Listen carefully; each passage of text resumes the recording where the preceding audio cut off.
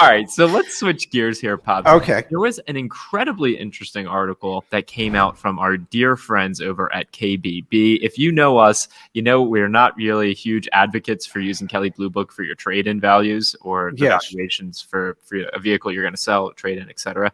That being said, they've got a good research arm. They're tied in with the Cox Automotive, Goliath monolith, so they have all Yes. sorts of data. And Pops, for the first time ever in the month of September, we had average new car selling prices over, drumroll please, $45,000. Damn, that's a lot of money. I think that's more than the first house I ever bought. Wait, really?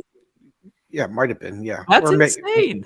Well, yeah, but don't forget when I was a kid, tasty cakes were a nickel, and you don't even know what a tasty cake is. But that's another story. But anyway, yes, it cracked the $45,000 barrier, and probably cracked that barrier for more than one reason. It was, I think, in July or August where we saw that the average new car selling price in the United States had hit just over $40,000.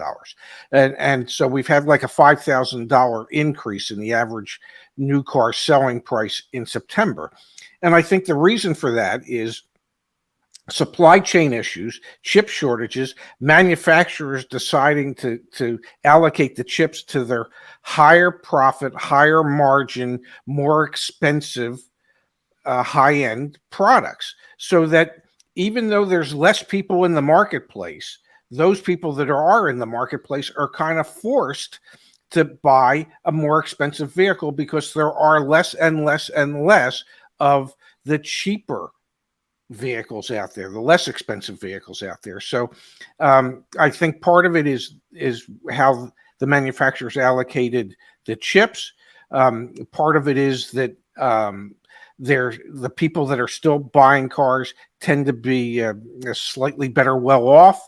And part of it is the fact that we keep seeing a dramatic increase in the growth of luxury car sales in this country. Yep, and we're going to dive into all those topics. Want to comment on a couple things here. Craig says boycott cars or just go to stopbuyingcars.com. You never know what you might see there. We've got Igor reminding us that in the 60s and 70s, new houses were about the same price as a midsize SUV today. So, yeah, you're spot on, Dad. Yeah. And Big Apple voiceover, thank you for the kind live donation. We appreciate all contributions back to YAA. Yeah. So, Dad, let's actually look at this article from KBB.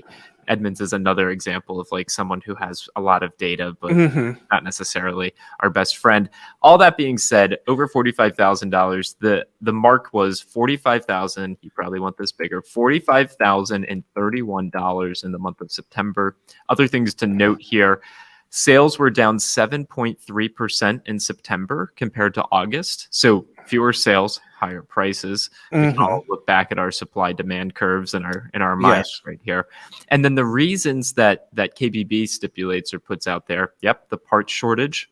So the semiconductors, everything we've been talking about for weeks, months, almost a year now. The lack of discounts.